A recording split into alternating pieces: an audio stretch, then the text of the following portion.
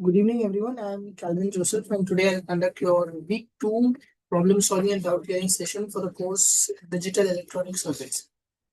So, we had started these sessions last week on Tuesday, and we will be continuing it on every Tuesday from 6 to 8 p.m.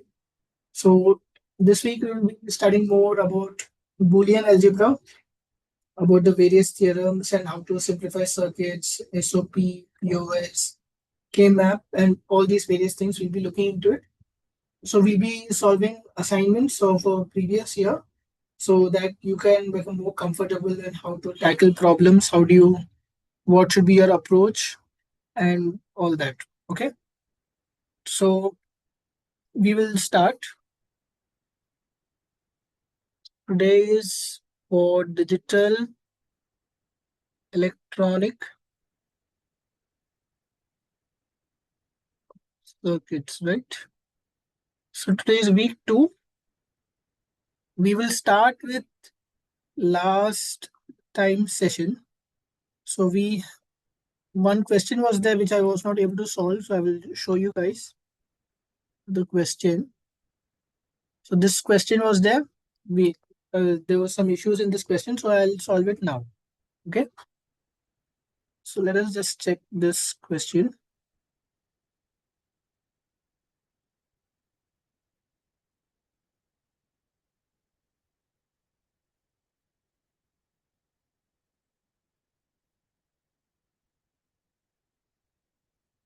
So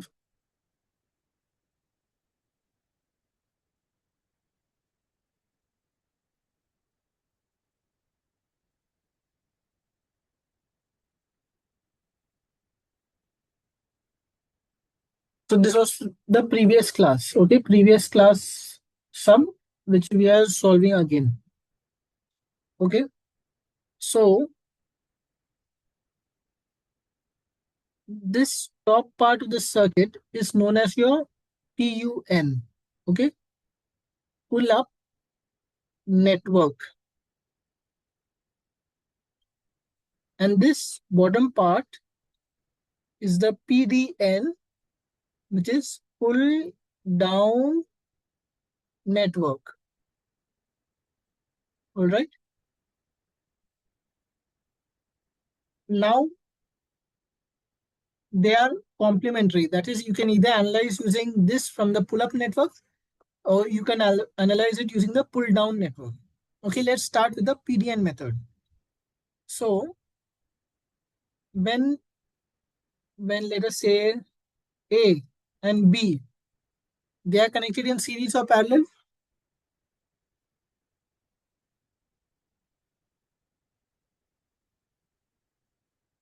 Are A and B connected in series or parallel? Okay, we have many people here. Simon is there, Tarun is there, Venkat is there, Samsung is there, Vamsi is there. Here we have many people. So can you guys tell me, is A and B connected in series or in parallel? In the bottom part. Series. It's in series. Okay. What about C and D?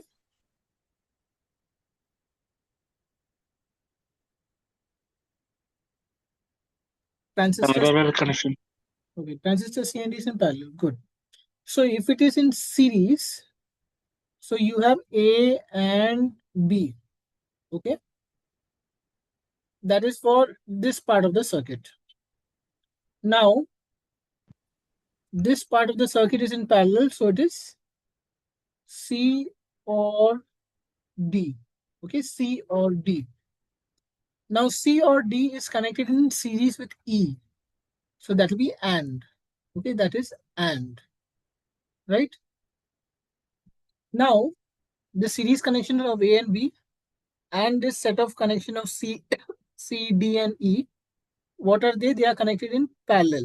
So it gets connected like this. So it is A and B or C plus D and E. This is your signal at the output, the complementary signal. Because whenever like A and B is on, if both are on, what will happen? It will be one, it will be connected to ground. So if you analyze the pull down network, you get in terms of the complementary output. Okay, you'll get in terms of the complementary output. And then you can get your V output is just your A and B plus C plus D and E bar. Okay, the complement of that. Any issues in this?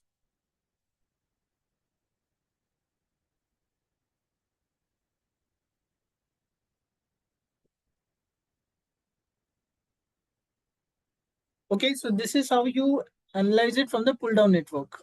Now, if you want to check it from the pull up network, okay, from the pull up network. So from the pull up network, A and B are connected in parallel. Okay, but you should note down that there's a bar, not a bar, there's a bubble. So A and B are in parallel. So it is A bar parallel B bar. So OR operation. Okay, OR operation. Then that is in series with a combination of the C bar, D bar, and E bar. Now C bar and D bar are in series. So that is C bar and D bar. And that overall combination is in parallel to E. So it is E bar. Okay. So this will be your V out. This will tell you what is the state of V out. Hmm? So I hope this is clear for you guys because this was left from last class. Hmm. So now these are analyzing it like based on the transistors. We are having the transistors and we are writing all these expressions, and from these expressions we are finding out what is the interpretation, what is the output of the circuit, and so on and so forth. So each time there is no requirement of us drawing the circuit. Okay, there's no requirement for us to draw this circuit again. It is not required all the time. What we can have is some certain logic output F. Okay, that is, we can say A and B plus C or D. Then there is D and E and so on. This can go on. So the logic circuit output is F. Okay, it is F. Now what we want to know is what will be the output of the circuit and what are the various possible inputs which can be given. Okay, so we will start with simple logic. That is, we have A, we have B, and F is the output. Okay, F is the output. A and B are the inputs. So if A and B are the inputs, how many possible combination of inputs we have? We know that it is 0, 0, 0, 1, 1, 0, 1, 1. Okay. Now, how many possible combination of outputs can be there? We could have an AND gate that is 0, 0, 0, 1. This is what your output of an AND gate. We can have an output that is 0, 1, 1, 1. This is an OR gate. We could also have an output that is 0, 1, 1, 0. This is the output of your XOR gate. Okay.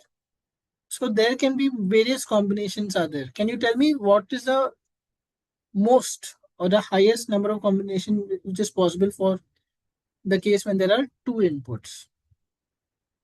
Okay, I have listed down three possible combinations. Can you tell me what are the other combinations or how many other combinations can be there?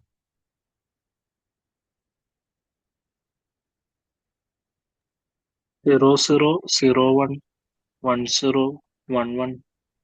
0, 0, 0, 1. That we already covered. Okay, you are told that 1, 0, 1, 1. Okay, this also is possible. Okay. So you can come up with a number of outputs. So in your 10th, 12th, or sometime you would have studied something known as permutation and combinations, right? So using that logic, I'd like you guys to give an estimate how many total number of output configurations we can have. Any idea?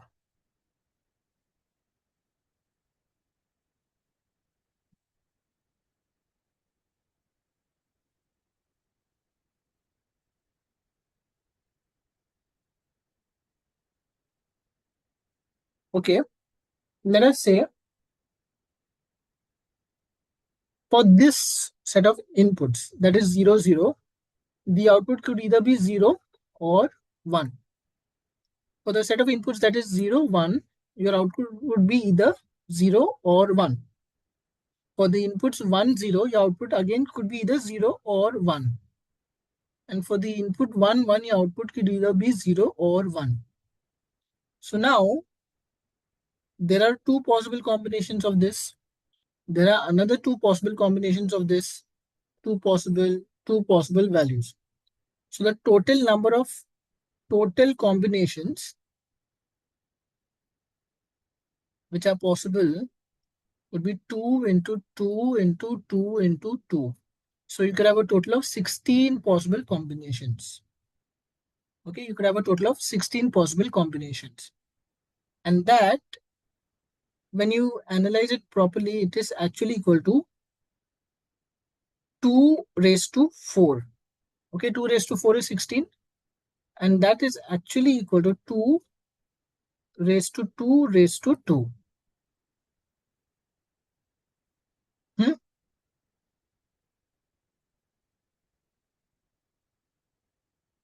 Is this clear?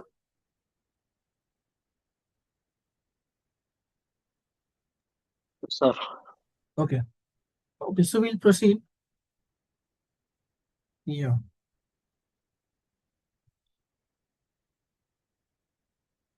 Now, there are certain, for logic expressions,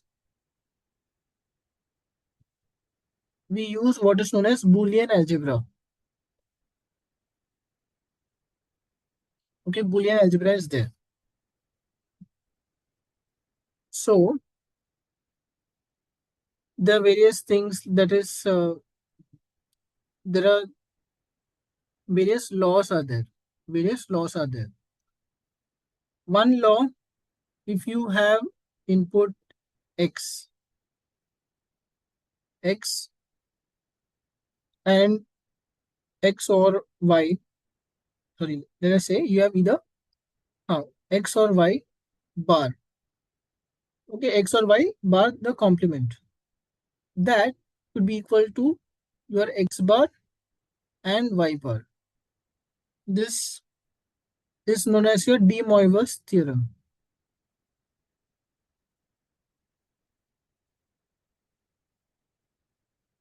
which is a very important thing for you to remember.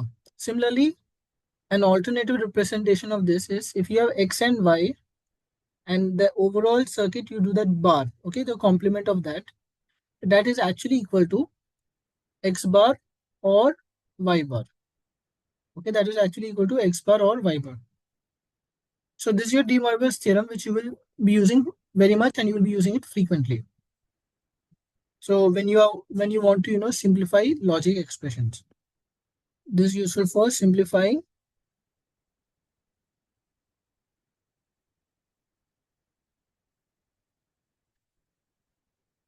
logic expressions. Okay. Similarly, if you have A or B, this is same as your B or A. It is same. The output of A or B and the output of B or A also is same. And if this can also work for A and B, is also equal to B and A. This will be the same. Similarly, if you have A or B or C, this is same as A plus the parenthesis B or C. Okay, so these are certain properties which are also possible for or, and it is also possible for and. Okay, this bracket can come over here as well. These are certain properties which are very standard, which you must remember and you must use it while simplifying expressions. And then you can also have, suppose you have A and with B or C. This is equal to A and B plus A and C. Similarly, if you have A or B and C, No. A or A or B and C. This also is same as A or B and of A or C. Okay, you can simplify like this. So these are different ways in which you can represent your circuit. Okay. So uh, there is a method known as K maps, corner maps. All right. In the K maps, we will start with a very simple way. That is, I have A, B, and F. F is my output of A and B. Assume this is 0, 0, 0, 1, 1, 0, 1, and 1. Okay. 0, 0, 0, 1, 1, 0, 1, and 1. Now F, we this decimal equivalent or integer value is 0, 1, 2, 3. And there is what is known as your min term. Min terms.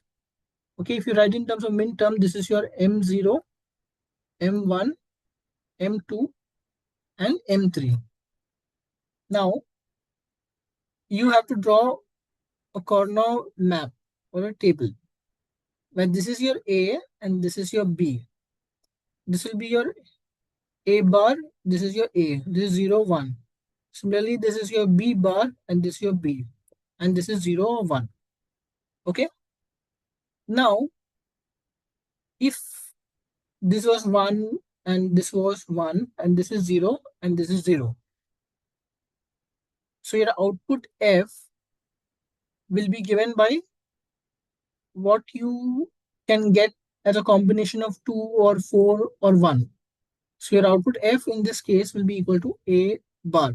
Okay, your output F is equal to A bar. A bar is your output of F. Similarly, if if your output was like this, A, B, this is your A bar, this is your A, this is your B bar, this is your B. Your output was 1, 0, 0, 0. Then what is your F in this case? Your F in this case is A bar and B bar. All right.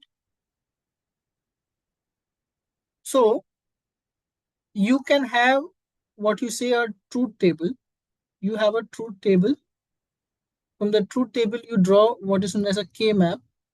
And from the K map, you will get the Boolean expression or the logic expression for your circuit, for your logic circuit. Okay, so in this case of just two elements, it is quite easy for us to think of that. But when you go for four inputs, five inputs, six inputs, various larger number of inputs, then using this K-map method becomes easy. Okay, and there is also another concept of what you say don't care. That is, we don't care if some input comes because certain inputs will not come. So it can be used to simplify the circuit. It can be used to make your circuit as small and neat as possible. Okay, all right. So till here, are there any doubts? Are there any questions which you guys have?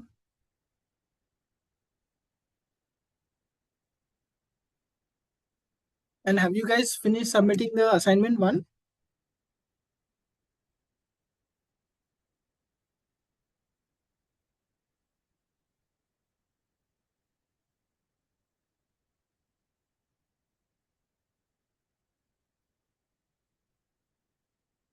Hmm?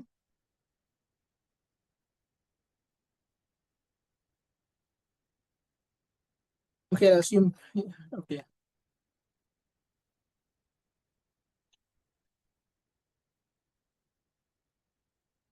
Okay. You guys have not yet submitted assignment one. So one more thing is I'll share the link. These are some important links are there. So attach two links. One is the link to my YouTube channel. There I'll be this meeting is being recorded. So the After the recording, everything is done. This videos will be uploaded on YouTube, so you can check this session again. So whatever things were covered, you can again go through it again. Similarly, there's a drive link where I will be uploading all these written notes which I am writing. So you can access that drive link also to get these notes later on. All right. Okay. So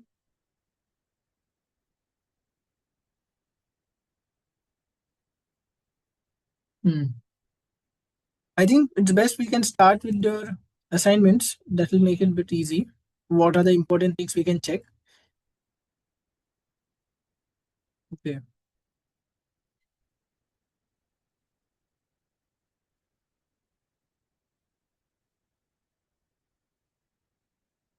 Hmm.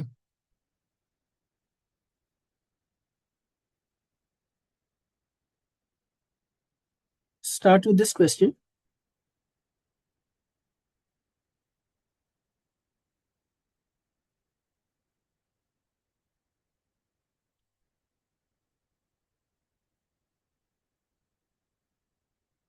Okay, and y is equal to a plus b plus c prime plus d. Okay. So now our job is to find what is G1 and what is G2, which logic gates they are. All right. So I want you to look at the circuit properly and nicely. Okay, you have your y, it is a plus b plus c prime plus d. I don't prefer the prime, I prefer to writing bar. So it is a plus b plus c bar plus d. Okay, so this is the output y. Now you want to find out what is your circuit G1 and G2. So this is like sort of, reverse engineering. What is your input? What is inside your circuit? Okay, like many things people do is for any chip or for any logic circuit or any circuit, they see what are the inputs, they see what are the outputs, and they try to find out what is internal in the circuit. So this question is something like that. Okay. So now we have A and B, C and D. Before After D, there's an inverter. So here what happens is the signal becomes D bar. Okay, now C is here. So it is, and this is an AND gate. So it is C and D bar. Okay, it is C and D bar. Okay, till here there is no problem. Now you have gate G2. Gate G2 is there. And then here is something. So here, this signal, let us say this is something, let us say this point, it is X. Okay, this point it is X. And this point it is C and D bar. Now we want to find Y. Okay, we have to find Y. So Y is based on this logic circuit G2. What are the inputs to Y? That is, it has input X and it has the input C and D bar. Okay. Now the output Y, we know it is given by A plus B plus C bar plus D. Okay, it is A plus B plus C bar plus D. So if you will notice, your C and D bar, your, what you say, your C, let me write here, your C and D bar gets converted to a combination of C bar plus D. So how is this possible? Is it possible? And what can do this combination?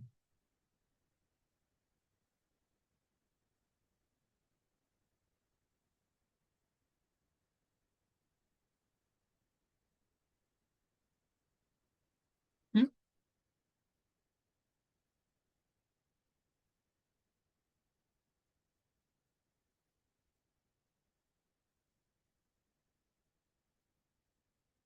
Okay, you guys are very shy.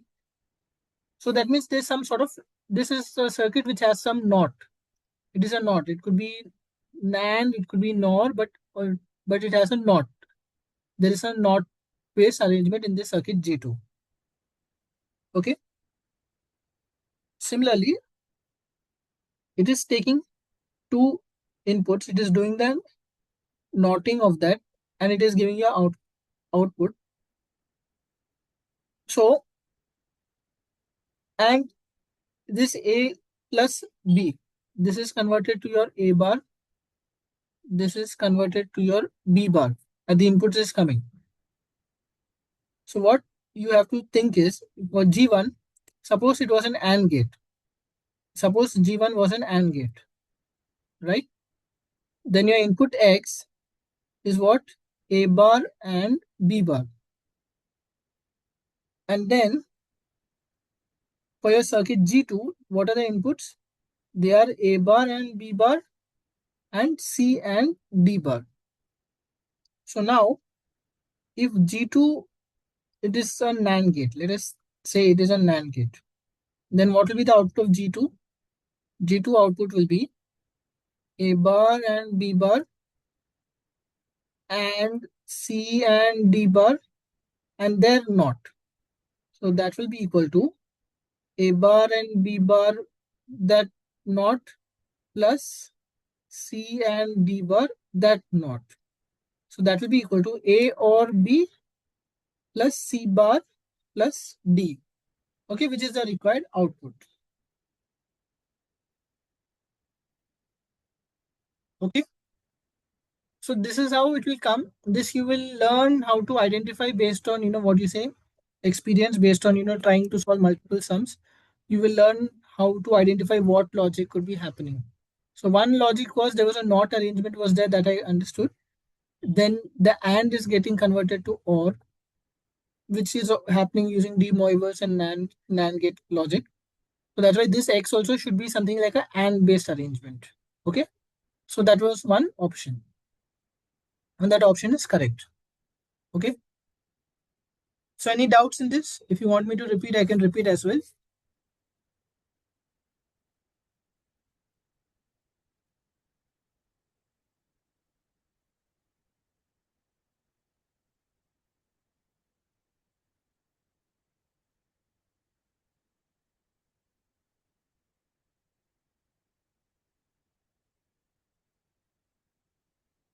Okay.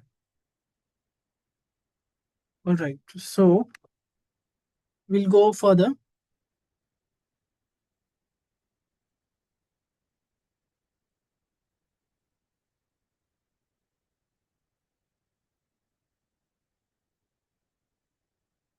Mhm.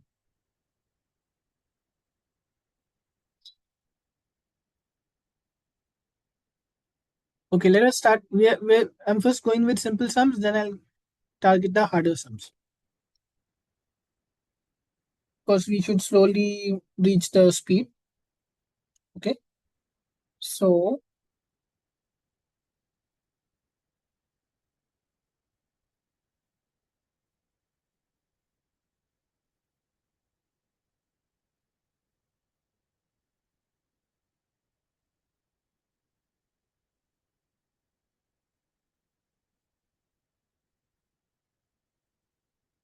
what will be your output?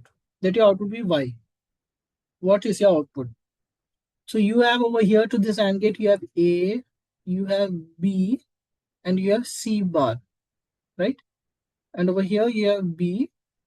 Over here you have B bar and A. Okay.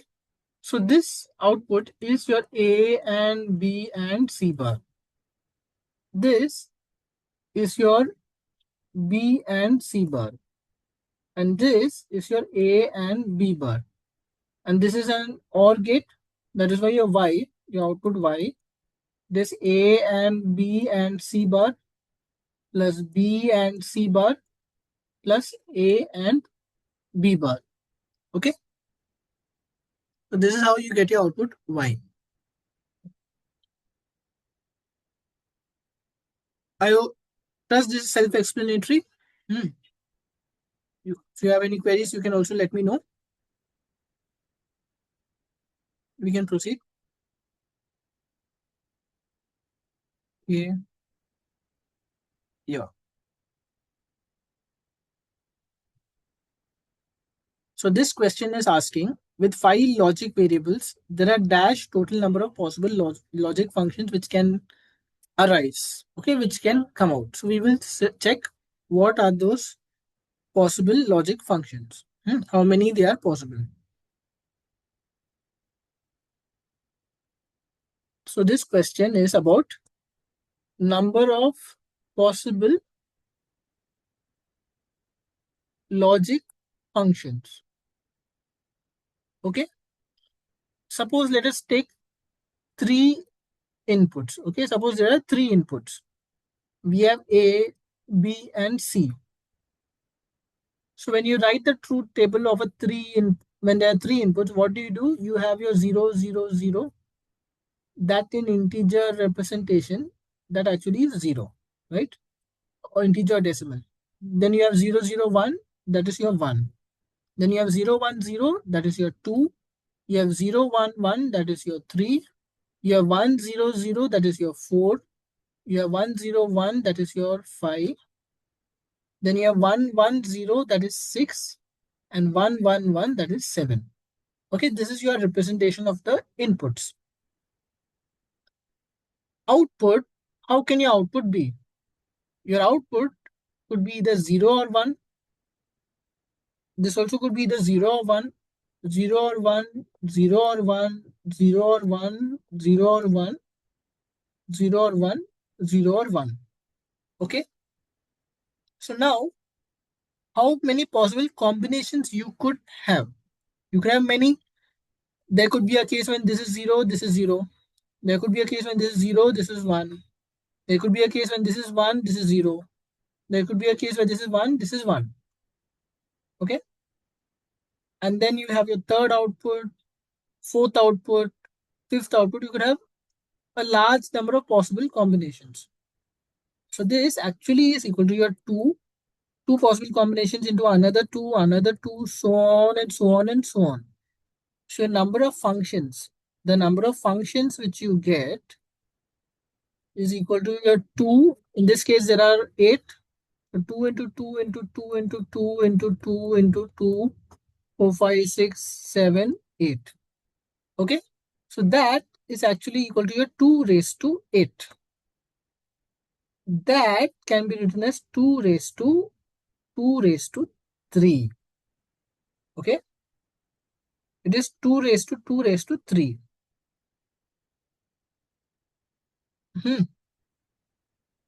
So, and what are the number of inputs? You should know. Number of inputs is 3, and number of possible functions is equal to 2 raised to 3. That could also be written as 4 raised to 3. Right?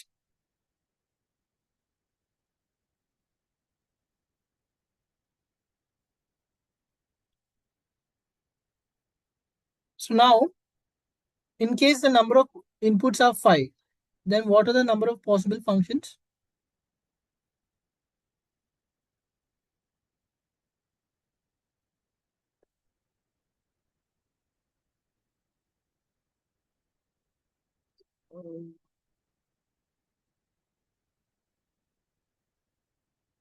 Yes, correct, correct. Harshini has got the right answer. So it will be equal to 4 raised to 5. Okay.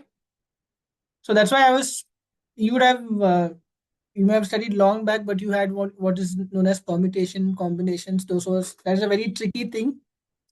Like I can understand like maths teachers will find it very difficult to teach permutations and combinations. But I think that is something which goes on through life. You have to know that math quite a lot. It is very useful. Okay. So I've just gone through the intuition to derive how the formulas come, so that it is scalable. That is, if you increase the number of inputs, you know that the magnitude of possible functions are large, which you can get. So this next question is about various Boolean logic laws. Okay.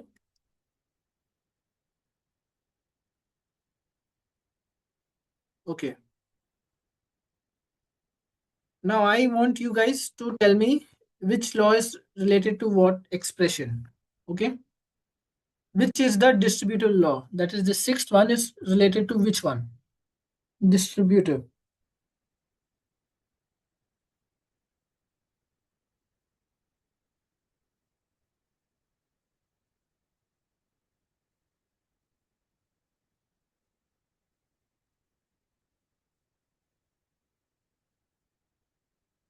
What does distribute mean? Is you share, you give.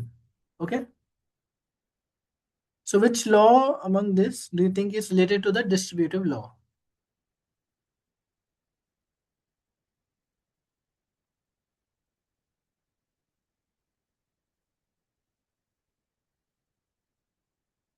You can type it also.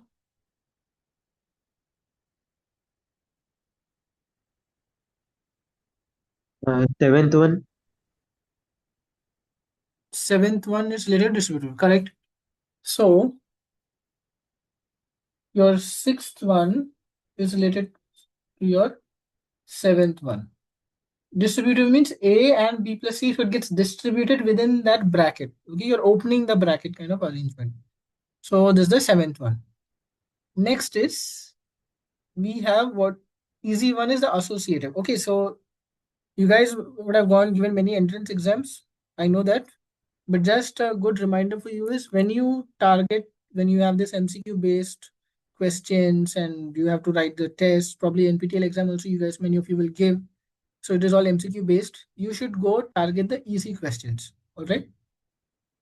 So when you see this big eight things, there may be many laws which you don't know. You just try to find out which make sense, which are easy and simple. Okay, so distributive one, someone has answered correctly. What is the associative one? Associative one is linked to which expression? Which law?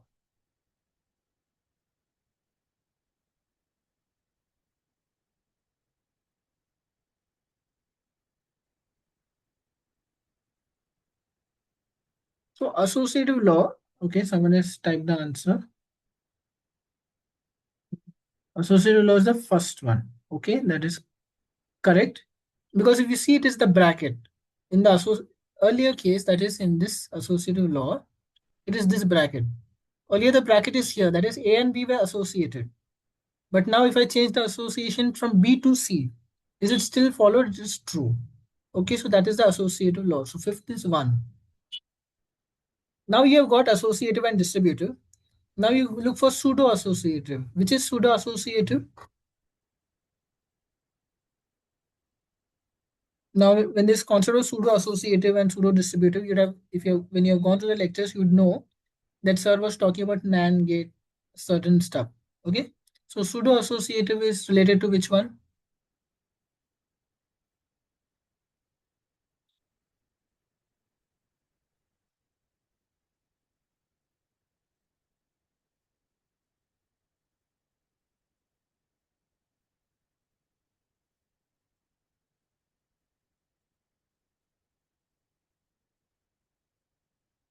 Okay, so pseudo-associative, you guys are very shy. Okay, is as I told, associative means related to the brackets. So this one, if you will see, it is like the bracket is changing from one part to another part. So this is pseudo-associative. So the seventh one is related to your sixth. Okay. Similarly, pseudo-distributive is related to your fourth one, right? If you see A was outside the bracket, now it goes into the bracket. Okay, so this is pseudo-distributive. So that is pseudo-distributive is related to your fourth one. Okay. Now, which one is related to absorption? Absorption is this one. A plus A and B becomes equal to A. A plus A and B becomes equal to A. So this is your absorption. That is your eighth one. What is your adsorption? Adsorption, in that there is a prime. In this adsorption, there is a prime. A plus A prime B is equal to A plus B. So this one is your third one. Okay. Then is consensus. Consensus one is a bit tricky. That is, this expression is there. You can prove it as well. So consensus is your fifth one. Then Finally, you have what is known as your uniting. So whatever is left, that is your 2. Okay. Any, so this is how, this is a way, simple way I'd like to approach the question if I were in your place. What is easy, what is simple, you link it, and then accordingly you can get the guesses. You will also have various options which I have not shown. So based on the options also you can find which is correct, which is wrong and all. And this kind of method and reasoning is used a lot in your aptitude test when you will go for placements and all that. They have more generalized, verbal reasoning and aptitude based thing where they conduct similar kind of questions are there. Okay. Yeah. So we have looked into a question where it is talking of the various laws of, for Boolean algebra. Okay. We can look into this, and currently you will not be required to remember the laws very much and write them in expressions in derivations. That is not required in your case because this is just a MCQ based paper. But perhaps in your digital electronic circuits which you are doing in your college, in those cases you might need to remember certain important laws. Okay, so I'll proceed with then further questions. So which gate among the following is generally preferred by computer hardware manufacturers? A very simple question. I want, we have many people are there. I want you all to give your answers. And as I said, there's no daily evaluation. There's no checking that this person rolled a wrong answer. I'm not marking that. So you can tell. You have 4 options, either which is generally preferred by computer hardware manufacturers. You can either use an AND gate, OR gate, NAND gate, or XOR gate. Which one?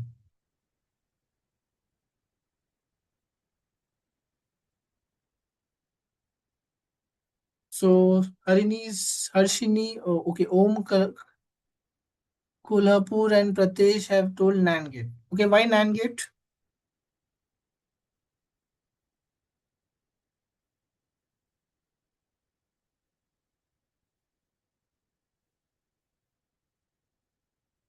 Okay. Why do you say NAND gate?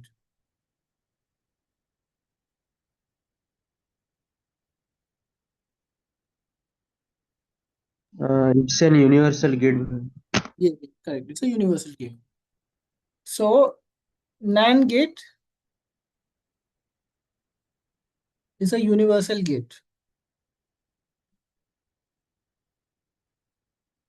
Okay, actually, I like mentor certain students and all, certain master students and everything. So there was one student who does a lot of simulations and stuff. So in that software, the NOT gate was not available. Okay, NOT gate was not available. NAND gate only was possible. So what the student did was, you have, this is your NAND gate, right? This is your NAND gate. So there were only 2 input gates were available. There was AND gate is there, not AND gate is there, OR gate is there, NAND gate is there, NOR gate is there. All these are possible, but the NOT gate was not available. And I was not knowing. I don't know. He came up with the thing is, if we short both the inputs to the NAND gate, you get a NOT gate expression. So this will be A. This is your A bar. Okay. So using a NOT gate, the student had implemented a using the NAND gate, the student implemented a NOT gate. So that is one important thing which you can do. Similarly, yes, you can build various building blocks, and XOR gate also is possible. Similarly, how do you implement an AND gate using NAND gates? This is your NAND gate. This is your A and B. Then if I want to make an AND gate, I just do this. So this is your output Y. Your output Y is A and B. Right? Because over here, the signal, what is the signal? It is A and B bar. Because it is an AND gate. Further, as we are told that if the inputs to the NAND gate are shorted, it acts as a NOT gate. So you will get it Y equal to A and B. Okay. So using 2 NAND gates, you can get what is known as an AND gate. But the same is not true, that you can't use 2 AND gates and get a NAND gate. That is not possible. Okay, so similarly, you can also get an OR gate and so on. Okay. So we'll proceed to the next question. These are a bit tricky and big ones. I thought of targeting the simple ones first. Then we can slowly increase the level of difficulty. Okay. Okay, so the further set of questions are quite difficult. So let's proceed with it. Okay. Let's try this question. 3.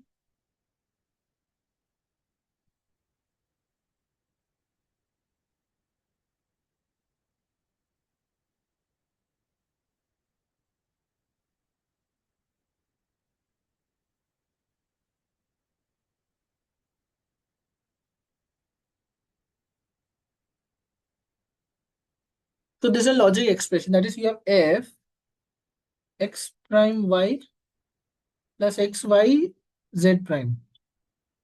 Okay. This is the logic expression. Now I want you guys to tell me the answer. Okay.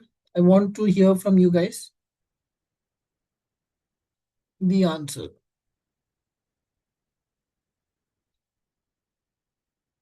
So these are the inputs, 3 inputs.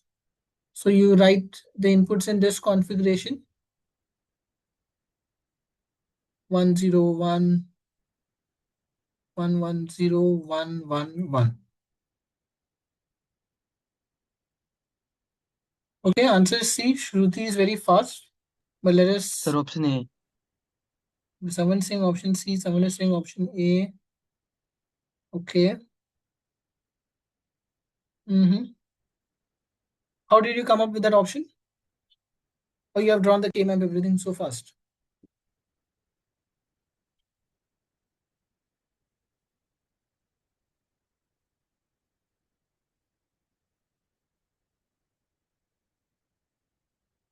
Okay, let's see. Let's see. For those who have not understood, let's explain. So what is x prime y? X prime y, let me write the way I prefer. Okay, silencing option A. By simplification, we get normal gate cell. Okay, right.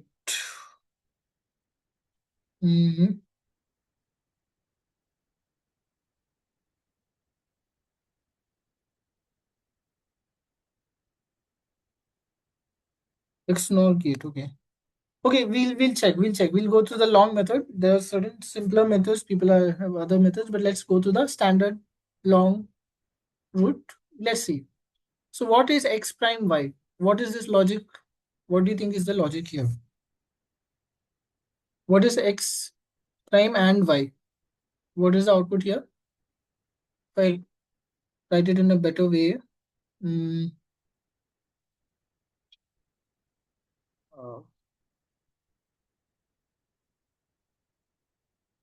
okay. This x bar y. What is the value of that? When the input is 0 0 0, what is x bar dot y? X bar and y?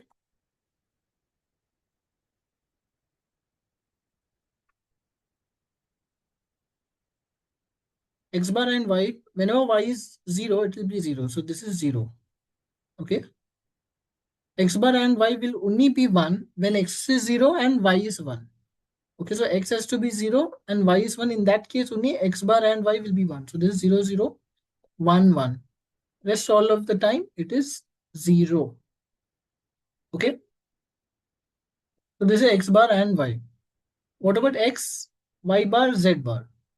So x, y bar, z bar will be 1 only when x is 1, y is 0, z is 0. That is for this case. In this case, it is 1.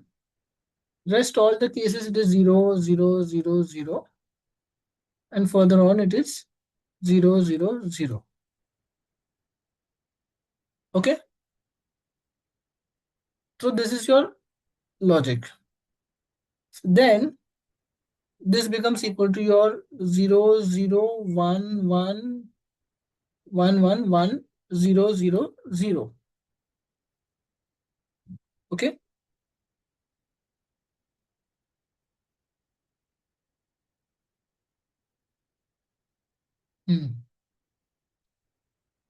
Now, what? So this is your F. Now we have to draw what is known as the K map. We draw the K map. We have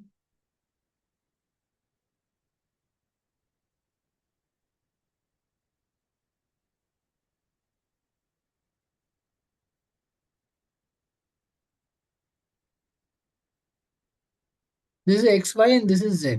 Okay. So this is the case when X bar, Y bar. This is the case when Z bar and Z.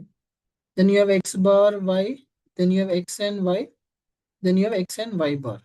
So this corresponds to 0, 0. This corresponds to 0, 1. This corresponds to 1, 1, 1, 0. This is 0 and this is 1. This is over here. Okay, this is the K map which we are drawing.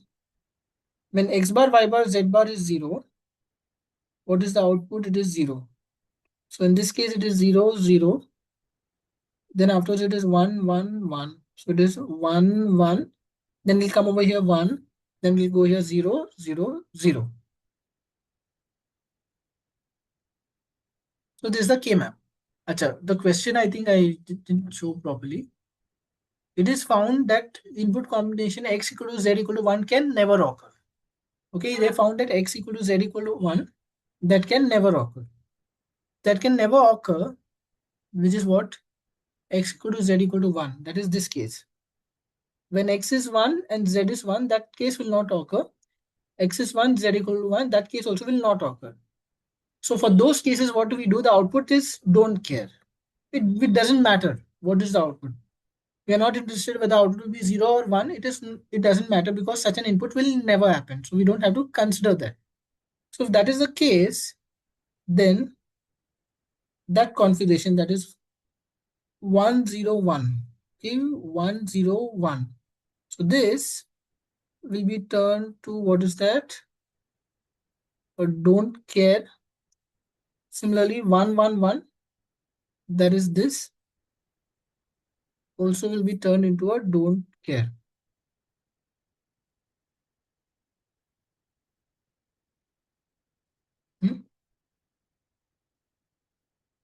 Okay. So now, what is the K map for this? How do we draw the K map of this?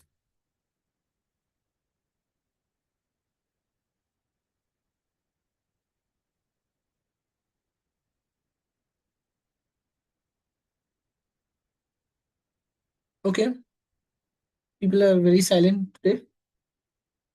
So this is one combination. K map is a combination of either 1 or 2 or 4 or 8.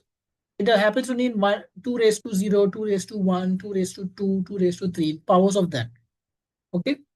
And now in this case, we consider that this could also be 1 and we draw this also. So this corresponds to what? Your x bar y. This corresponds to your x y bar. So your f is actually equal to x bar y plus x y bar, and that is equal to your x or y. Alright, that is equal to your x or y.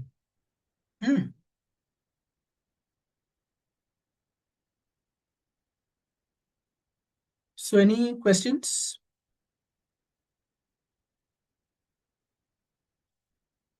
Okay. Let me do a walkthrough. I'll do a walkthrough. We have the expression f, that is x bar y plus x y bar z bar. So that truth table was written. Okay, this is the truth table.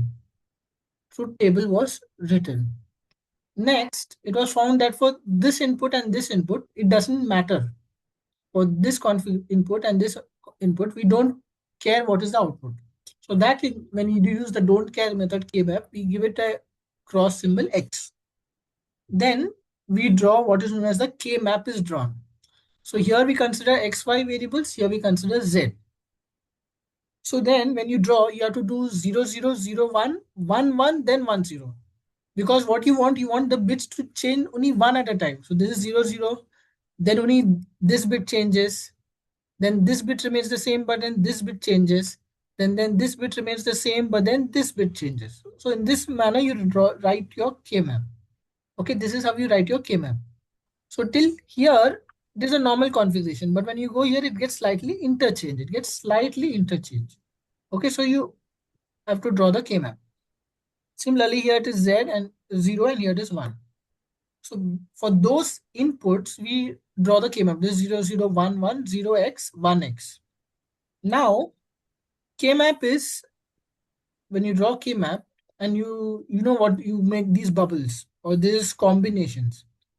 When you make these combinations, either it could be only 1, that is actually equal to 2 raised to 0. It could be 2, so that is 2 raised to 1. It could be 4, that is 2 raised to 2. It could be the entire table, that is 8 equal to 2 raised to 3. So only in these, 2 raised to powers thing, you can make combinations. And like what you should understand is when you're making this combination, okay, let me do some other colors. When you're making this combination, what you see is that your z can be anything. Okay, z is anything, but your x bar y is constant. So in your output expression, there'll be x bar y. Similarly, when you consider this expression, what you're saying is that it is x and y bar. This x and y bar is there. Z can be z bar, z can be this, but that doesn't have an impact. So this is x and y bar. And this representation, which we have considered over here, this is representation of min terms. Okay, minimum terms, min terms. So when you do a min terms representation, it is sum of products. Okay, it is what is known as SOP. That is your sum of products. Okay, because this sum of products, what is f? It is equal to x bar y plus x and y bar, which if you will know, this is the logic for XOR gate. So that's why this is XOR y. Okay, so this is the simple way you can proceed. All right.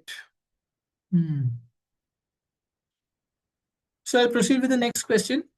Questions will get slightly tougher, but I'm confident that you guys will learn.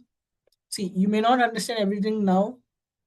My teaching may be quite fast. It is not very crisp. It is a little bit lengthy, but I'm trust that you can also go through the recording later on and you can understand how to solve sums. Because in the class, sir has not exactly spent time, solving sums. Sir has spent time, teaching the theory. But you need to have these tutorial sessions, these problem solving sessions, so that you know how to solve sums, how to, find out what is the technique, what is the method to proceed with it. Okay. So that is the objective of these sessions, and that's how I'm teaching it. All right. So now this has been done.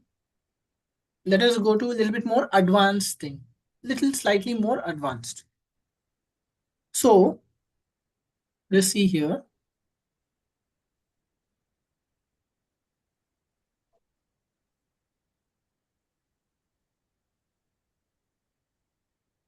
This is a very big question.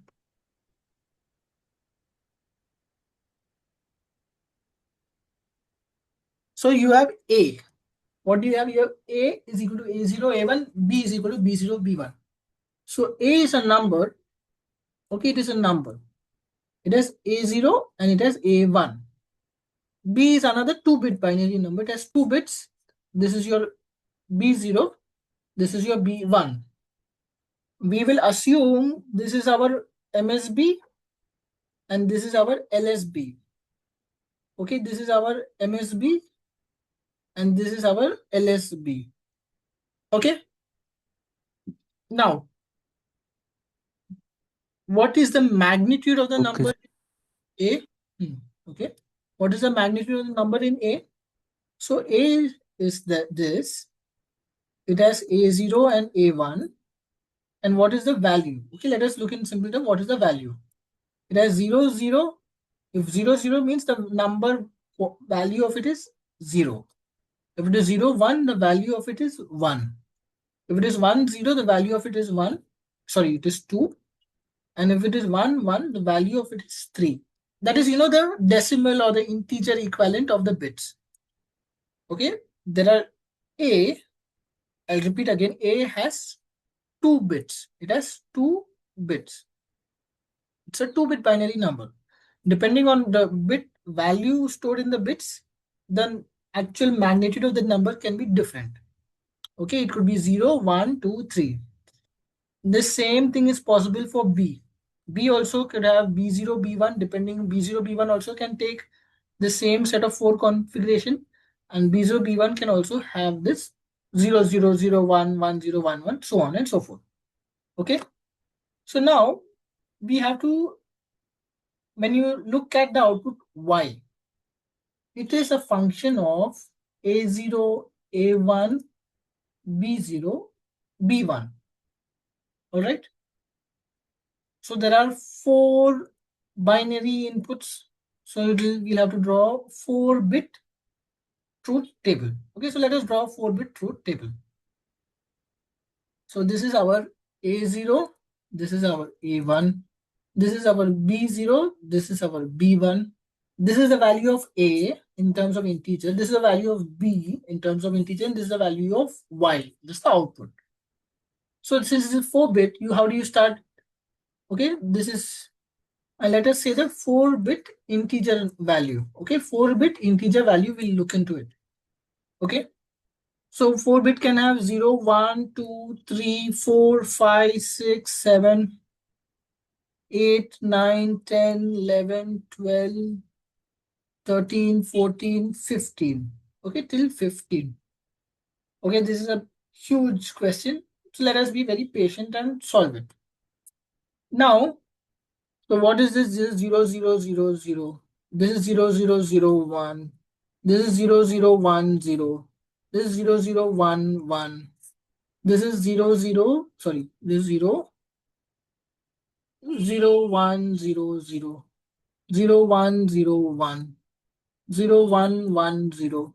0, 1, 1, 1. 1, 0, 0, 0. 1, 0, 0, 1. 1, 0, 1, 0. 1, 0, 1, 1. Then 1, 1, 0, 0. 1, 1, 0, 1. Okay. 1, 1, 1, 0. 1, 1, 1, 1. Okay, these are the values which it can have. Now, what is the value of A? A is dependent on A0, A1. So value of A is 0, 0, 0, 0. Because all are, just 0, 0, 0, 0, right? So it is all 0. Now it becomes 0, 1, 1. So what value becomes? Becomes 1, 1, 1, 1. Then it is 1, 0. So it becomes 2, 2, 2, 2. Then it is 1, 1. So it becomes 3, 3, 3, 3. Okay. Now we want to find what is B now. B is now here, it is, what is value of B? B is 0. Then it becomes 1. Then it becomes 2. Then it becomes 3. Again it becomes 0, 1, 2, 3. 0, 1, 2, 3. 0, 1, 2, 3. Okay, so we have drawn the truth table, but what is missing is we don't know what is the output Y. Okay, so when you go to the question, it says that if A is greater than or equal to B, then Y equal to 1. So Y is 1 when A is greater than or equal to B. So is A greater than or equal to B for the first input, that is 0, 0? Is it greater or equal to? What is the output Y in this case? Is this 1 or 0?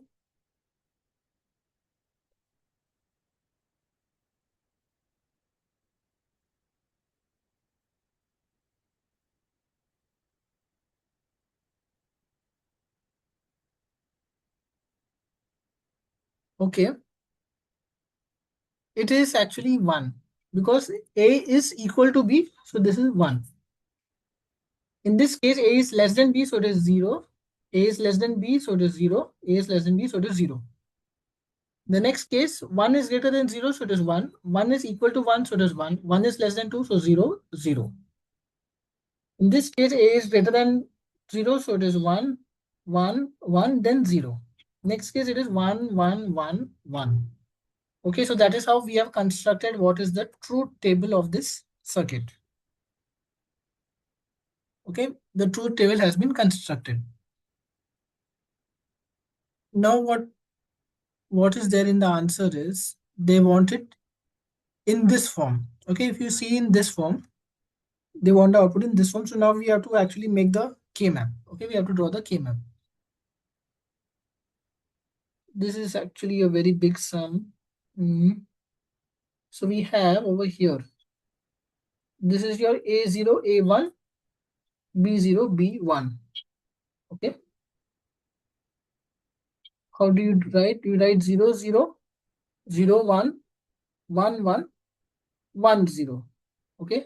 Similarly, you have here 0, 0, 0, 1, 1, 1, 1, 0. Okay.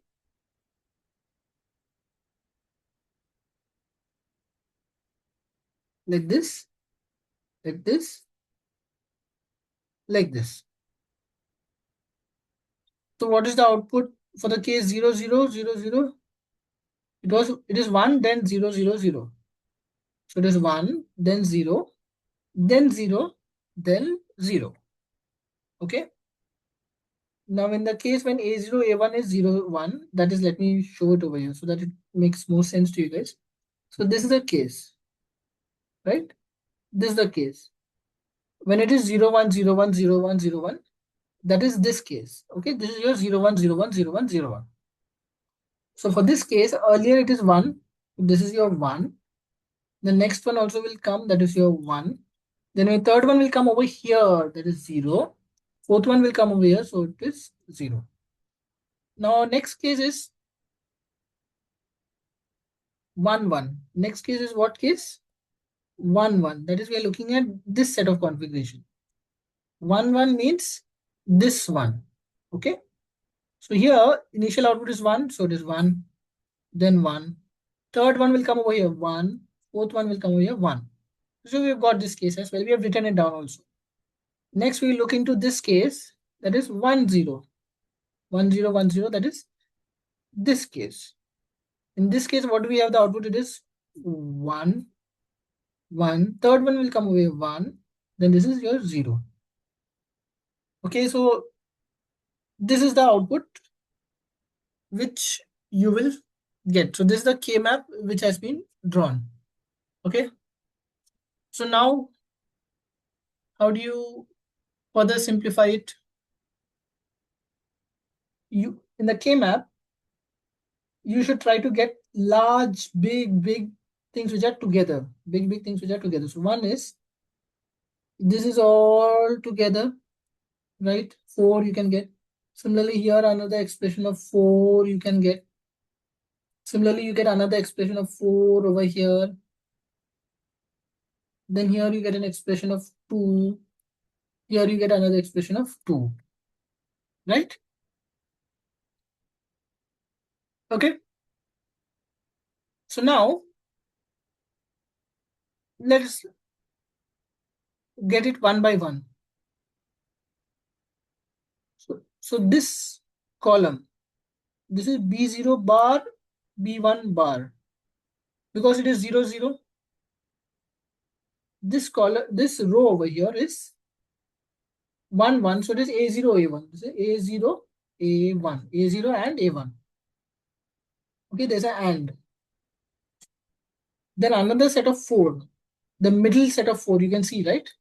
This set of 4. That, when you see, let me draw it further. When you will look into this one, okay, into this one, if you see it, which bits are remaining the same? If you look into it carefully, you will see that your 0 bit is the same and this 1 bit is the same. So that means it is equal to your A1, because A1 is 1, and into your B0 bar, A1 into B0 bar.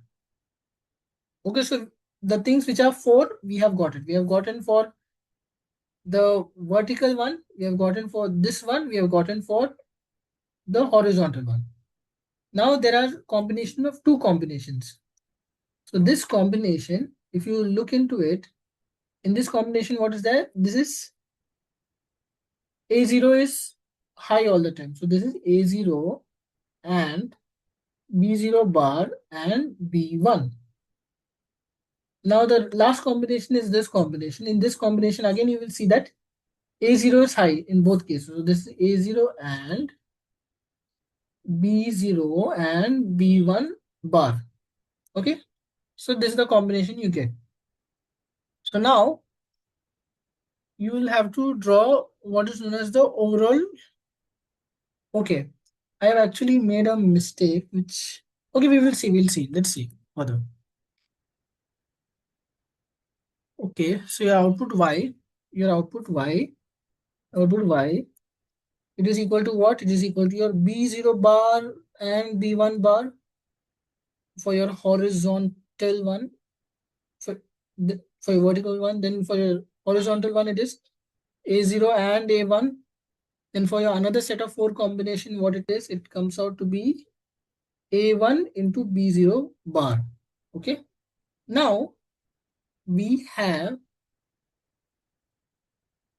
these two. So this is what? A0 and B0 and B1 bar plus A0 and B0 bar and B1. Okay.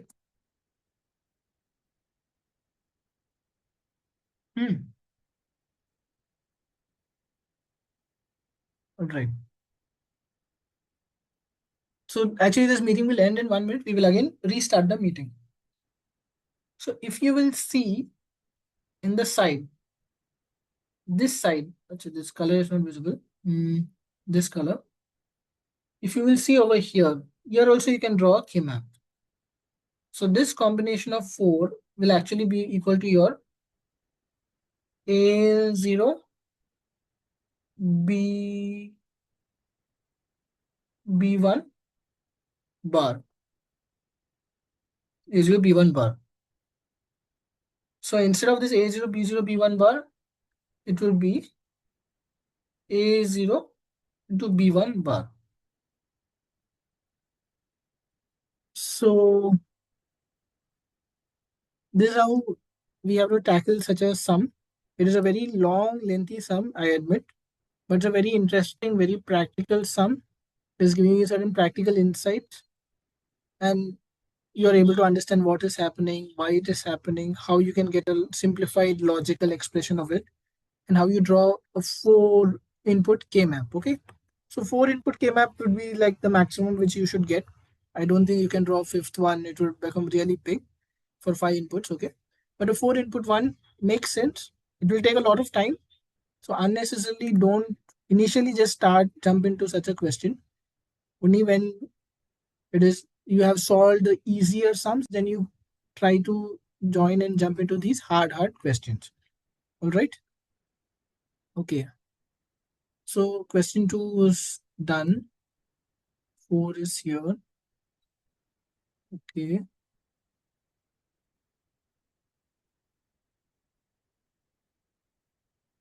This also K-map 4 inputs. Let's see. This is also 4 inputs. Okay. This is another one. Big one. Mm. Let's try this sum. Question number 7.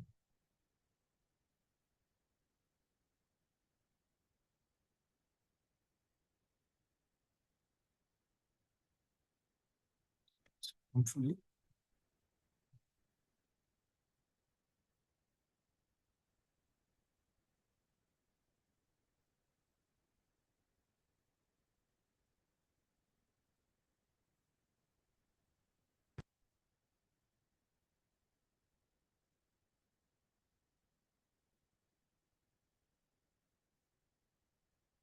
So what gate is shown over here?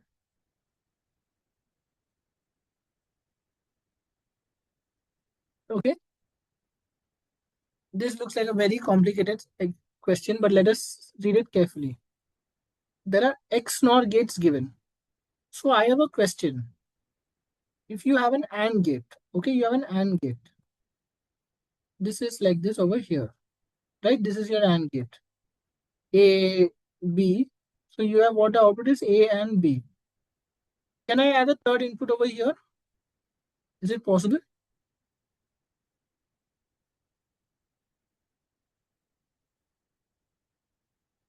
Yes, sir. You can add. There will not be any problem.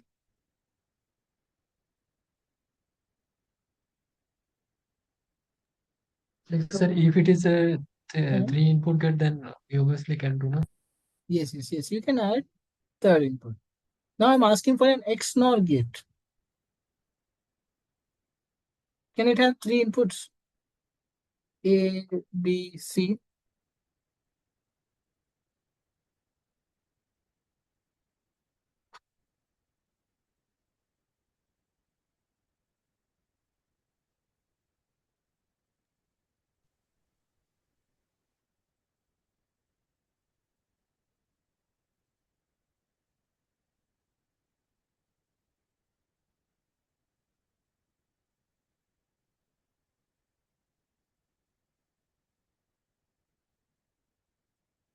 Hmm?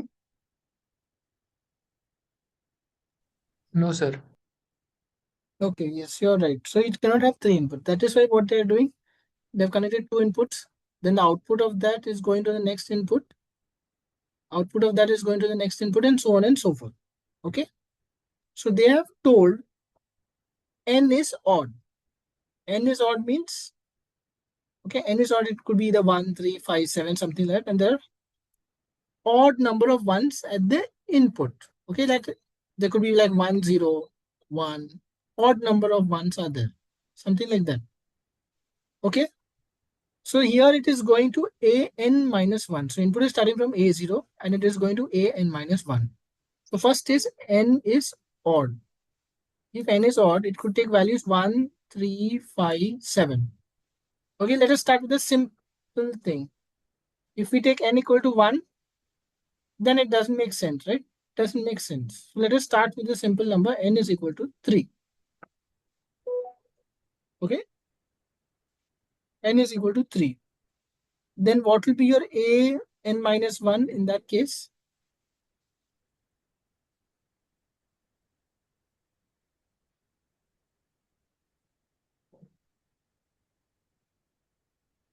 A n minus 1 will be equal to a2. Okay, so we'll start with the simplest arrangement. Simplest arrangement, what do we have? We have your here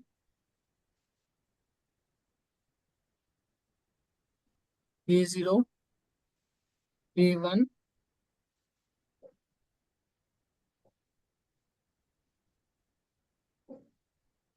your a2, right? And this is your output y.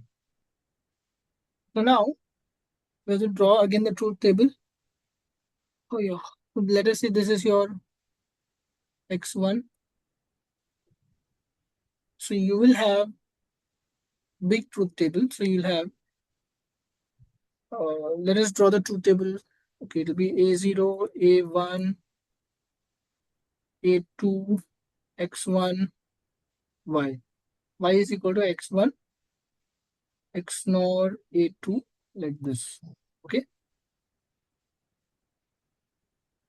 This again is 0, 0, 0, 0, 0, 1, 0, 1, 0, 0, 1, 1, 1, 0, 0, 1, 0, 1, 1, 1, 0, 1, 1, 1. Okay, please don't unnecessarily do things. Okay, thank you. So now what is, where did it go? It's A0, A1, A2, this is 0. So what is X1? X1 is XNOR A0, A1. XNOR gate is when both are same, it will give output 1. So this is 1. When, hmm? Okay. So this also is 1. This In this case, 0, 1, 0, 1 are different, so it is 0, 0. In this case, 1, 0 is different, so it is 0, 0. In this case, again, A0, A1 are the same, so it is given output 1, 1. Now, Y is what? X0 into A2.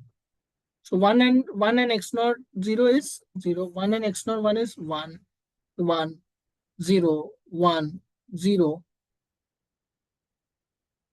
Then again, here 0, and here again it is 1. Okay. So now till now what we have drawn what is known as the truth table. The truth table has been drawn. We are interested in one case. That is, there are an odd number of ones at the input. So in which case it is true? In this case it is true.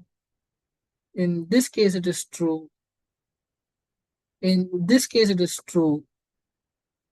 And in this case it is true. Right? Odd number of ones are at the input. So if you look at that case, then what do you see? The output in all those cases are 1, 1, 1, and 1. Okay? All right? That was the question. So what the question was asking is, there are n number of XNOR gates. They are connected to each other as shown below.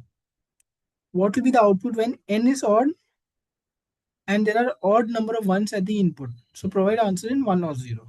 Okay? So what is happening here? So sorry, n is odd. N is odd. Okay, n is odd. So if n is odd, then n minus 1 is even. So that is A0, A1, A2. And there are two XNOR gates. So when we drew the truth table, we saw the output Y. Then we consider the case when there is only one for the inputs. There are three inputs. In the input, we should consider cases when the number of ones are odd. That is, there is either only one or there are three ones. We can't consider case when there are only zeros. This is not possible. We can't consider case when there are two ones because that is even number of ones, and so on. Okay, and when we did it, we found that the output is 1 for the question which they have asked. Okay.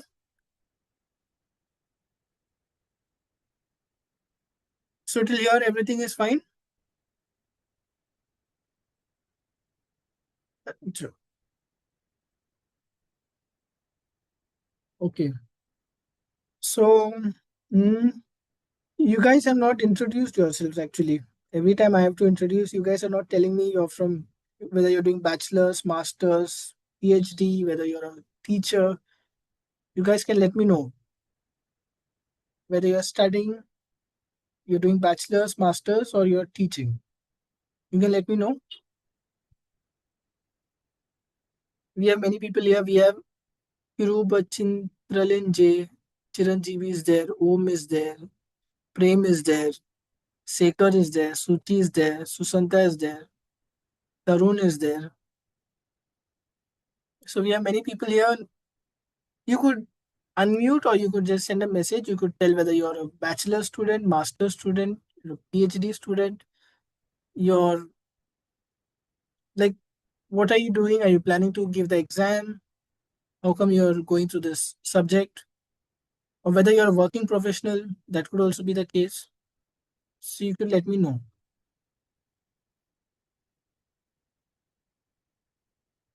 Okay. So we have, so Susanta is doing masters. Okay, good.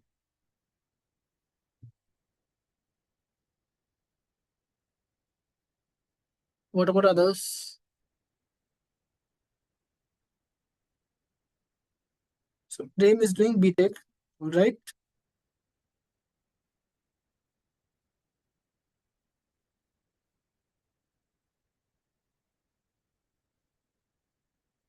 So Suchi also is doing BTech. Om also is doing BTech. Okay. Chiranjeevi also is doing BTech. Kiruba Chintralin is doing BEEC. Okay, very good. Okay, so many of you are doing BTech. One masters I have got. Susanta is doing masters. Okay, so it's very good. Very nice to know. So I'm actually quite old. You guys are very young and all. All right. Okay. That's good to hear. So let's go for something simple. Okay. We are doing this big, large, long truth tables, certain questions which you just feel like avoiding. Okay. Let's start. Let's do something very simple. Okay. We have to find the dual of the following expression using Shannon's expansion theorem. Okay. So this is the question. F A B C N. Okay. Let me just take a screenshot.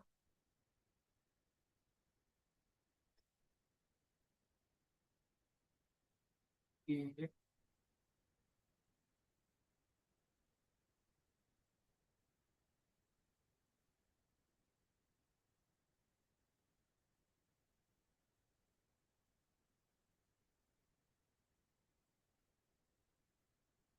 So this is the expression. Okay. F A B C N C prime, and this is the total expression. Now we have to find the dual.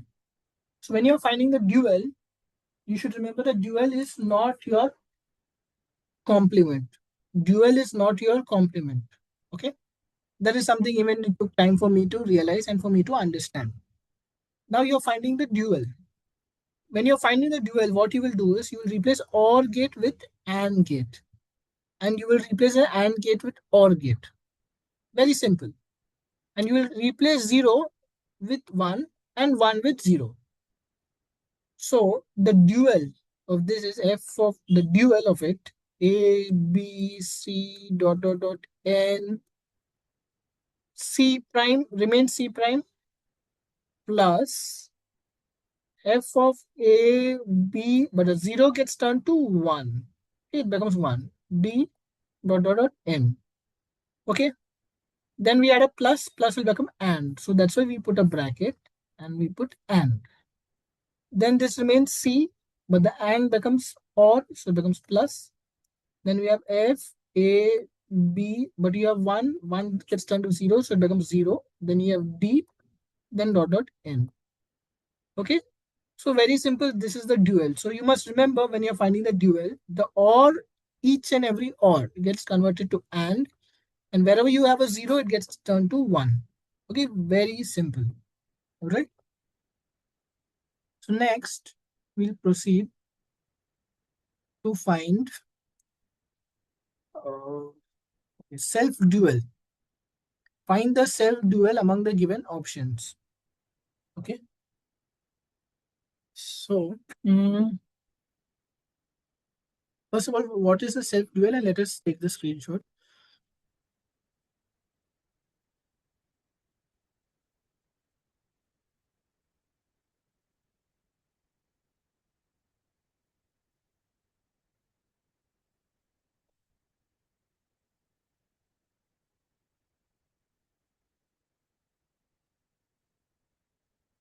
So this is, we have to find the self-dual.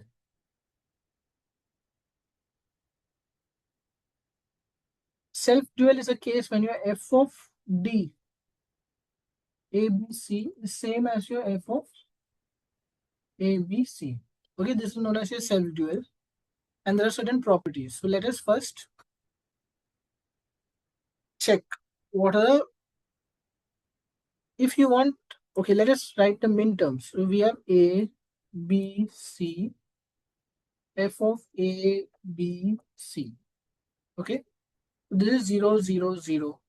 This is 0, 0, 1, 0, 1, 0, 0, 1, 1, 1, 0, 0, 1, 0, 1, 1, 1, 0, and 1, 1, 1. Okay, this is your M0. This is your M1, M2, M3, M4, M5, M6, M7. Okay, what its logical equivalent is your A bar, B bar, C bar. A bar, B bar, C. A bar, B and C bar. A bar, B, C. A and B bar, C bar. A and B bar, C. A and B and C bar. A and B and C. Okay, so these are the expressions. So now we want to find which case there should be a dual. So if f of d ABC equal to f of ABC, it is only possible for these cases. Possible because there are total of, you can see the total of 8. So there should be at least 4. 4 should be there. 4 should be there. Okay. Because that expression and its dual expression should be, if you want it to be the same output, then there should be 4. So now we are left with two options. So let us say this is your option B and this is your option C. So your option B is what? This is your option B. That is 0. So it tells this one is there, 0. Then it has 3, that is, this one is there. Then it has 5, this one, and this is 6. For option C, the option C, you have 2, you have 3, you have 5, you have, and you have 7, you have. So now which could be a possible case? You must find, so one property is, we have understood that it should be 4, that there should be 4, sum should be there. There's another property is that if you suppose, let us just say, if you have A bar, B bar, C bar, then it's complete complement. That is your A, B, C. That should not be there in the min terms. That should not be there in the min terms. Okay, so we have A bar, B bar, C bar. That is here. This A, B, C is not in the min terms, so it is very good. Okay. Now we have this A bar, B, C over here. Its complete complement is A and B bar and C bar, which is not there. So it is very good. It is correct. Similarly, we have this A and B bar and C, whose exact complement is what? A bar, B, C bar, which is not there. Very good. And in the case of A and B and C bar, the exact complement is A bar, B bar, C, which is not there. Okay, so we got very good. So this is correct. Okay, this is correct. Now let us turn for C. In the case of C, we have A bar, B, and C bar. A bar, B, and C bar. So its exact complement is A, B bar, C. This is also there. This is also there. This is not possible. This shouldn't be there. So that's why this option C is not correct. Okay. That's why the option C is not correct. So why C is not correct is because A bar, B, C bar is there and A, B bar, C is there. Because that is present, that is why option C is not correct. Right?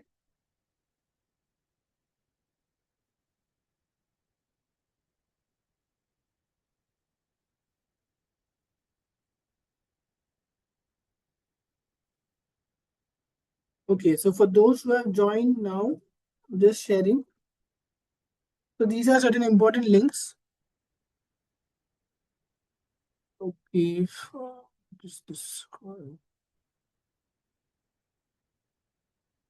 So I've shared certain important links. One is the YouTube channel link where this video will be uploaded soon. And one is the Drive link where this notes will be uploaded. So you can access them even after the meeting. Okay. Yeah. Okay.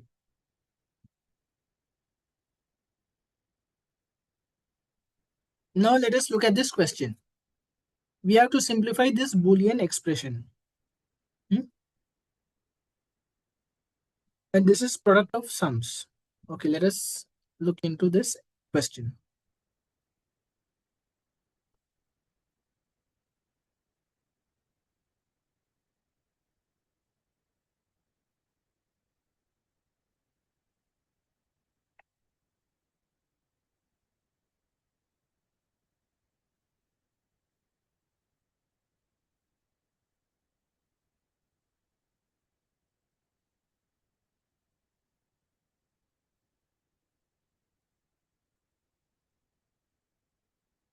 Okay.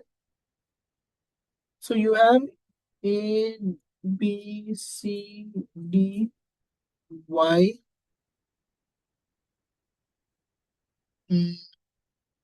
Okay.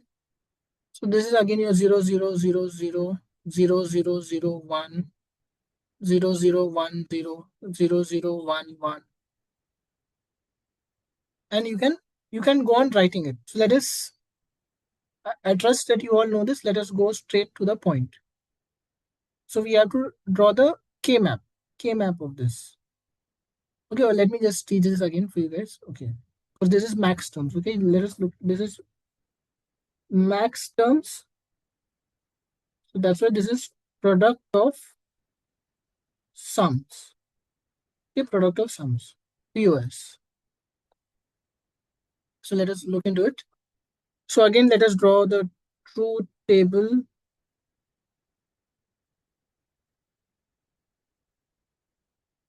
Sorry, 0, 1, 1, 1. 1 0 0 0 1 0 0 1 1 0 1 0 0 1 1 1 1 0 0 1 1 0 1 1 1 1 0 1 1 1 1. Okay, so this is the truth table. A output Y, and this is what, this is 1 0 2 is also, oh sorry. So this actually is your M0, which is what, it is actually your A bar or B bar or C bar or D bar. Because this is, sorry. This is A or B or C or D. So in this case, when it is 0, it will be full.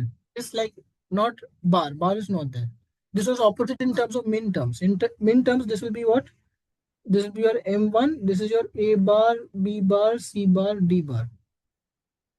If you consider in terms of min terms, it will be bar. But when you consider in terms of max terms, it is OR and it is not bar. Similarly, your M1 will be what? A or B or C, and when D is 1, it will become D bar. Okay, this will become D bar. But when you will look in terms of min term, this will be A bar and B bar and C bar and D, because D is 1. So that's what I want to stress, that when you think in terms of max terms, the logic is inverted. It will be inverted. Where 0 it will consider as, oh, all right, and when it is 1, it will do the inversion. It will do the bar. Okay, so this is just one thing which I just wanted you guys to reiterate. You might know it also, but just felt like mentioning it. So let us see what is the output Y. Your Y is what? Product of M0, M1. So this is 1, this is 1, M1 also is 1, M2 also is 1, M3 is 0, M4 is 0, M5 is 1, M6 is 1, then M8 is, M7 is 0, M8 is 1, M9 is 0, M10 is 1, M11 is 0, M12 is 0, M13 is 1, M14 is 1, and M15 is 0. Okay, so we have effectively written the truth table. Okay, we have effectively written the truth table. So now, let us draw the K map. This for AB, this is for CD. 0, so we start 0, 0, 0, 1, then you change one bit, so 1, 1, then you change the another bit, 1, 0. So now you change one bit, then you have change another bit, and then you change the next bit. Oh, this is the K map.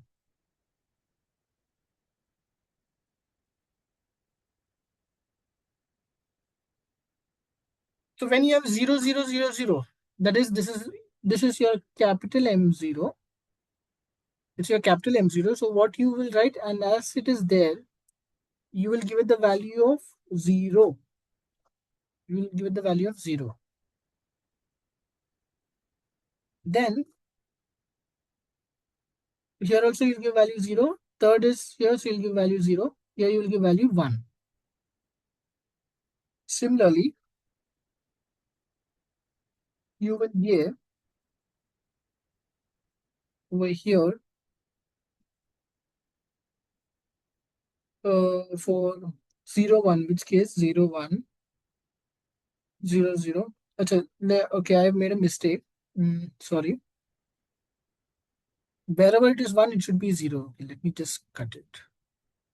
This actually should be 0 0 0 1 1 0 0 1 0 1 0 1 1 0 0 1. Okay, like this it is. So that is why this is 0 0 1 0. Okay, next 1 will come here. Then you have 0, then you have 0, then you have 1. So we have reached till we have done what? We have done this part, we have done. Then we have done this part. Now here. So we will write 0, we will write, then 1 we will write, then we'll write 0, we will write, then we will write 1. So we have done till here. Then we will write 1, 0, 0, 1. Okay, this is the expression. Now if you see this answer is in terms of product of multiplication of sums. Okay, it's in terms of product of sums. So you have to find the K map using max terms. So to do the K map using max terms, what you should do is you should check where in all zeros are getting added. So in this case, get a 4 combination of 0, right? Then you also get this combination of 0, and you can also have this combination of 0. Let me use a different color. This combination of 0, right? You can also have this combination of 0, and further you can have this combination of 0. So you are having so many combinations of 0. Okay.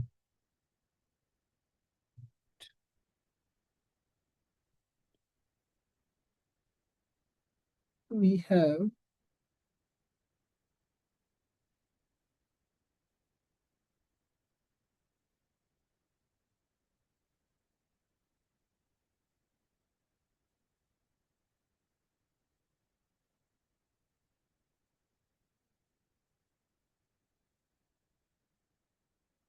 0 1 2 3, 0 1 2 3, 4 5, 5 is 0, 6 is 0, 7 is 1, 8 is 0, 9 is 1, 10 is 0, 11 is 1, 12 is 1. Then we have 13 is 0, 14 is 0, and 15 is 1. Okay.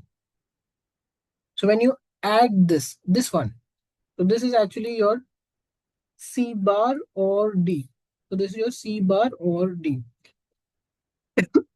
When you will add this 0 and this 0, what it comes out to be, it will be your A bar or B bar, or what is common here is 0 is common here. So it is plus D. Similarly, in this case, it would be equal to your A or B. What is common? 0 is common. So it is C, right? Similarly, you can also do for this case. What is the common over here? You have C or D bar. And over here, what is common? 0 is common for B. So it is B. So B plus C plus D bar. And finally, what I have left? We have left this one. So this is equal to your C or D bar and your A. So it is A plus C plus D bar.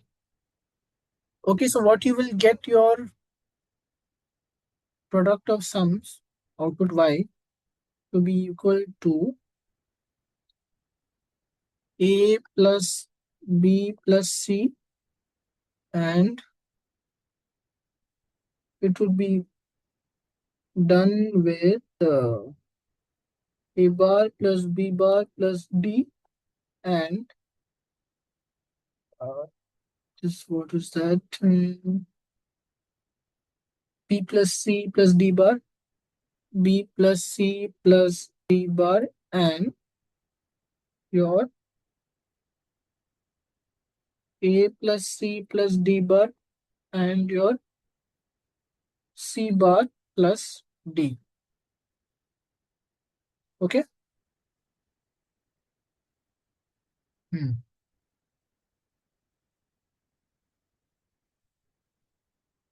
Okay, so what we have to do, we have to draw the K map, and from the K map, you can find the simplified expression.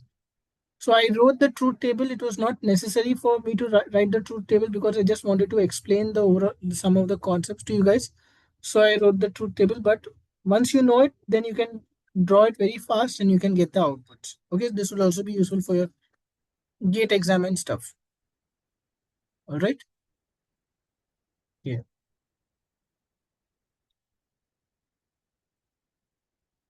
So it's fine.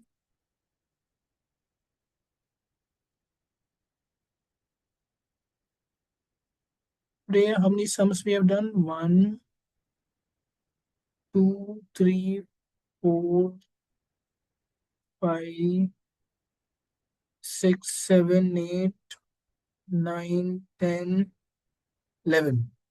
Okay, we have solved 11 sums. In your assignment, you have to solve 10 sums. So I guess it will be easier. And I trust you will solve the assignments much faster than I have solved the sums right now here in front of you guys. Okay, in which I've demonstrated how to solve the sums. So all the best for your assignments. If you have any questions, you can ask me or else we can end the session. Hmm?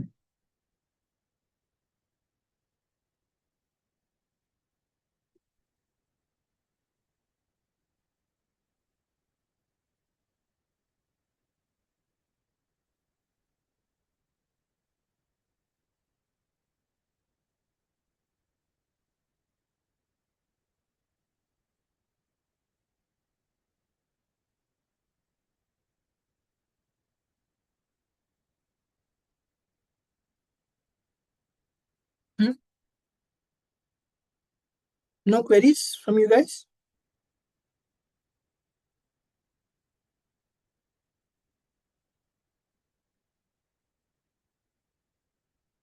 Very surprising.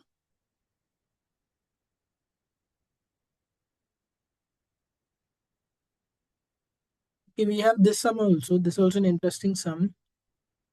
Mhm. This has a lot of delay and everything. Let's check this one also. And check this.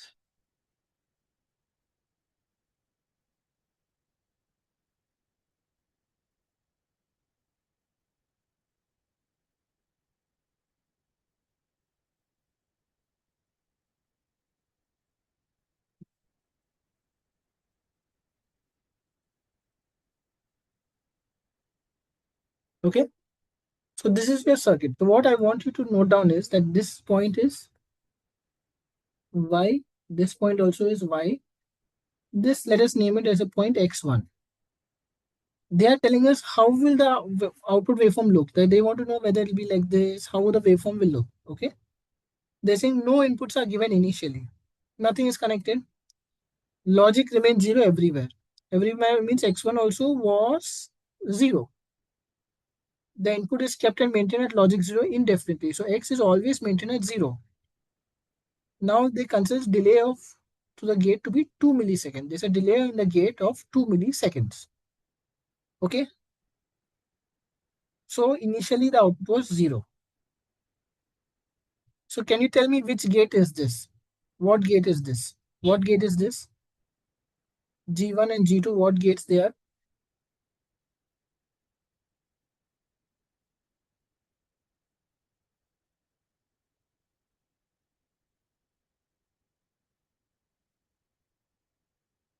Okay, you guys should be more vocal. You guys will soon be going for, many of you on BTech, you will soon be going for placements. You'll have group discussion. You'll have interviews. You should be more vocal. Okay. So I'd like to ask you guys, which gate is this, G1 and G2? Is it your XOR gate? Is it your OR gate? What is the gate? NOR gate. Okay, it is a NOR gate. Very good. So this is your NOR gate. What is the truth table of a NOR gate? Let us say that two inputs A, B, Y, 0, 0, 0, 1, 1, 0, 1, 1. NOR gate is high only when both the inputs are 0. So this is the case which you are looking for. You are looking for. When both the inputs are 0, your output is 1. Okay. So here it is 0. Here it is 0. Means here also 0. Here is 0. Here it is 0. So at each case, your input was 0. Let us draw what will be your x1 waveform, what will be your output y waveform. So for 2 milliseconds, both outputs were 0. And since the inputs to both the gates were 0, 0, so the output of x1 will go high, the output of y also will go high. Okay, x1 has gone high, y also has gone high. So now what will happen? Rub this, rub this, rub this, rub this. This has gone 1, this has gone 1, here also is 1, here also is 1.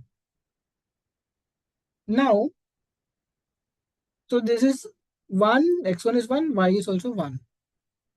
Now you tell me, I have at gate 1, inputs are 0 and 1. So what should be the output then?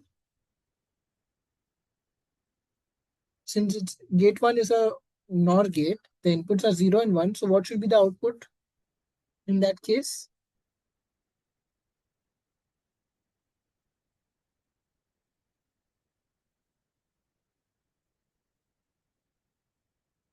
Since it is this condition where it is 0 and 1, the output has to become 0. So this output also should become 0. But it is currently 1. Okay, but it is currently 1. Similarly, for gate 2, since both the inputs currently are 1, 1, the output should become 0. But the issue is there's a delay. There is a delay of 2 milliseconds. So then again it will wait for 2 milliseconds and both will go to 0. Go to 0. Okay. Now it's the same thing. X1 has become 0. Y has also become 0. So this will become 0. This will become 0. This will become 0. So again, since both inputs, for all the gates, the inputs are 0, the gates have to become 1. But since the delay is there, there'll be a delay of 2 milliseconds and then it will go 1. And then it will go 1. So this is the delay of 2 milliseconds. So this is the role which a delay has. So finally, at your output, what you will get? What will your y actually be? It will be like this. It will be like this, like this, like this, like this. Where this is 2 millisecond, this also is 2 millisecond. Okay, so this is how your output y will look like.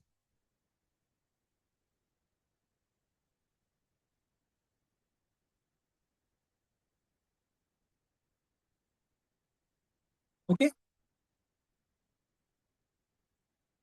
all right. So I know you guys have gone through a lot. Like I've shown you many sums, 12 sums we have seen. These are difficult sums. It will take time. That's why you try to do it on your own. When you're not able to do it, you can refer to these videos as well. You have your assignment also, which you have to submit soon. So that also you would have got a rough idea how to approach a sum, how to tackle a sum through this session. So I hope these sessions have been useful. So thank you for joining. As previously mentioned, this notes which I've written, I'll generate a PDF and I will upload it in a Drive link. This video also, which is being recorded, will be edited, compiled, merged, everything, and uploaded on YouTube. where the channel link also I have provided. Okay. So thank you for joining. I will end this session. Okay. So good night.